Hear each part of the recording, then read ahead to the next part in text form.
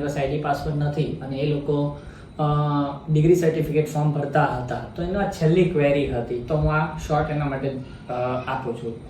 તો જો તમે VNSU માંથી ફર્સ્ટ ટાઈમ ડિગ્રી લેતા હો, મતલબ ચાલો સપોઝ કે મેં અત્યારે MSc ની ડિગ્રી માટે એપ્લાય કરું છું, પણ આગળ મેં BSc કશે ઓરથી કર્યું છે, VNSU માંથી કોઈ ડિગ્રી નથી લીધી, તો મારે અહીંયા ટીક કરવાનું રહેશે, બરાબર.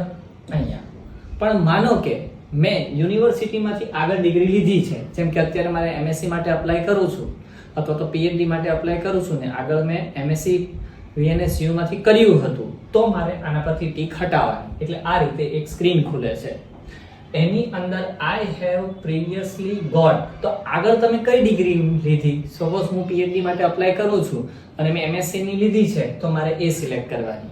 MSc માટે લઉં છું ને આગળ મેં BSc ની લીધી છે, તો એ સિલેક્ટ કરવાની. મતલબ આગળ જે ડિગ્રી તમે લઈ ચૂક્યા છો તે, આ નહીં.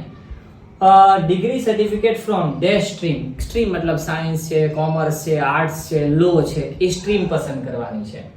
Of stream in the year of, અને કયા વર્ષમાંથી લીધેલી છે. તો આ ત્રણ જ એ જગ્યા છે કે જેની અંદર તમારે કન્ફ્યુઝન હતી, એના માટે આ શોર્ટ મેં લીધો છે.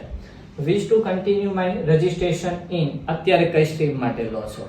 આશા રાખું છું કે આ વખતે ખબર પડી ગઈ હશે. ધન્યવાદ. ભારત માતા કી જય. જય શ્રી રામ. હર હર મહાદેવ.